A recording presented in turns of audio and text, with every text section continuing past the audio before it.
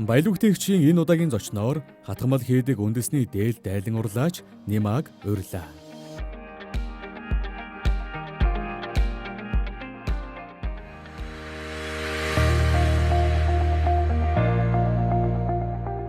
Сайн байна уу? Танд энэ өдрийн мэндийг хүргэе. Та бидэнд өөрийгөө танилцуулахгүй юу? Сайн байцгаана уу? Намайг Нимаг гэдэг хотын уугуул иргэн холбооны сургалтын төвд төгссөн. Би үндэсний хувцас оёдол эсгүүрийн мэргэжилтэй. 1990 оноос хойш хуваарай 8 хийж байсан юм л да. Динжи мянгад хевс зарж ч үзлээ. Бас оюутлын үйлдвэрт ажиллаж ч үзсэн.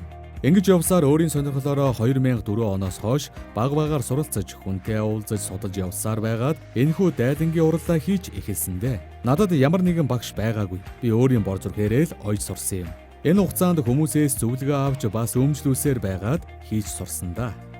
Яг 4 жилийн өмнөөс ямар нэгэн амжилтанд хүрэхийг харан дагнаж хийж эхэлсэн. Миний дадлагад туршлагч хангалттай хэмжээнд болсон байсан. Гэхдээ одоо ч гэсэн уламжлалт оёдлоос ихийг суралцсаар л байна. Яагаад оёдол сонирхох болсон юм бэ? Манай ээж Монгол зураг зурдаг зураач хүн л дээ. Тиймээс ээжигээ дагж багасаа л Монгол зураг зурдаг байсан юм. Би өөрөө их нарийн ажиллагаатай зүйл хийх сонирхолтой юм. Тийм учраас зүү ороо хатгамал хийж эхэлсэн. Ер нь хээ гаргаж ингэж орлно гэдэг чинь зүү утсаар Монгол зураг зураад байна гэсэн үг шүү дээ. Дайлангаа яаж хийдэг вэ? Эхлээд хар зургаа өөрөө маш сайн бодож, зурж ямар хэмжээгээр яах хийх вэ гэдгээ гаргана. Зурсан зурагнуудаа бүгдийг нь дандаа зүү орох оёдлоор оёдог. Амсар болон ирмэг залгаа сэргийг нь загсан нуруу хатгамлаар хатгана.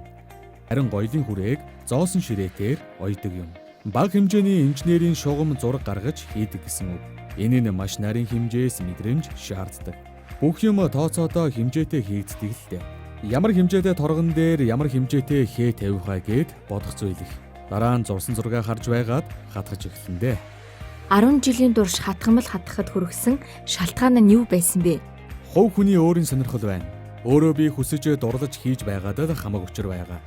Цаашдаа энийг юунд хүрэхийг нь харах хүсэлтэд хөтлөгдөөд л явж байна да. Энэ урлалаа тууштай хийн. Дараа нь нас тогтоод ирэхээрээ уламжлуулан үлдээх тал дээрээ нэлээд анхааран ажиллах бодолтой явдаг. Тэрнээс өмнө өөрийн гэсэн бүтээлүүдээ хийх хэрэгтэй байх. Дайлангийн торго ямар байх ёстой вэ? Одоогоор хамгийн нарийн нэхээстэй өөр дээрээ хээтэй хүр хорхойн торгоор хийдэг. Бас уйтан ухаар байна.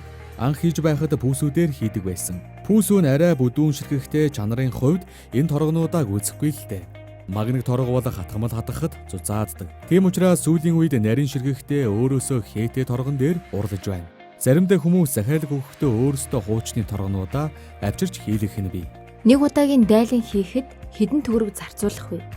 Торгоны үн октоосоо ордгүй юм. Харин миний өөрийн ураг хийц нарийн ажиллагааных нь хөдөлмөрийн үнэлгээг л шингээдэг. Сүүлийн үед нэлээд хүмүүс захиалж байгаа учраас миний өөрийн гарах ураг хийцийг харж үнэлж буй хэрэг байна. Эрэгтэй оюуталчин байдаг. Харин хатгамал хийж зүү ороож буй хүн бараг мэдэхгүй юм. Харин тийм.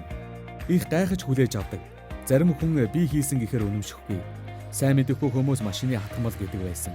Тэрийг нь сонсоод эхэндээ би их уралдаг байсан шүү. Харин сүүлийн үед тэгж хэлэхээр их баярлдаг болсон. Яагаад тэгэхээр машин шиг л хатгаад байгаа юм байна да гэж бодох болсон. Гэхдээ хизээж машины хатгамал хүний гарын хатгамалыг гүйцэхгүй. Хараад байхад маш нарийн ажиллагаа шаарддаг нэлт. Ингэж нарийн хатгаж сурахад хэрэг хугацаа зарцуулсан бэ? 10 жилийн өмнөөс хийж гиснээс хойш өдий хүртэл суралцж байна. Хамгийн гол нь байнга оёсоор байгаад гарн суудаг юм л да. Үндсэн нэг оёдол нь зүү орох оёдол юм. Зүү орох оёдлоор зурсан зураг болон үндсэн элементүүдээ оёдог. Зүү орохтой хамт өөр хатгамал хольж болдоггүй. Та дайлангаас өөр зүйл уралдаг уу? Үндэсний дээлэнд энэ зүү орох хатгамалыг хатгах урлах санаа байгаа. Урд нь бас хийж байсан. Наадмын өмнө нэг их хугацаа шаардсан урлалаа дуусгандаа. Бүх бэлгэдлийн хээнүүдийг нэг доор шингээсэн. Насаг доорж чандман эрдэн, зэндмэн эрдэн, хаан бугойвч, хатан сүх гээд шингэсэн байгаа. Сүүлийн үед хүмүүс амьтны дүрсийг зүү ороож хийсэн дайланг ихээр сонирхож авч бас захиалж байгаа. Манай хамт олон баялаг бүтээгчдийг дэмждэг. Сар шинийн өмнө тантай уулзсан ярилцсандаа маш их баяртай байна. Таны ажилд улам их амжилт хүсье.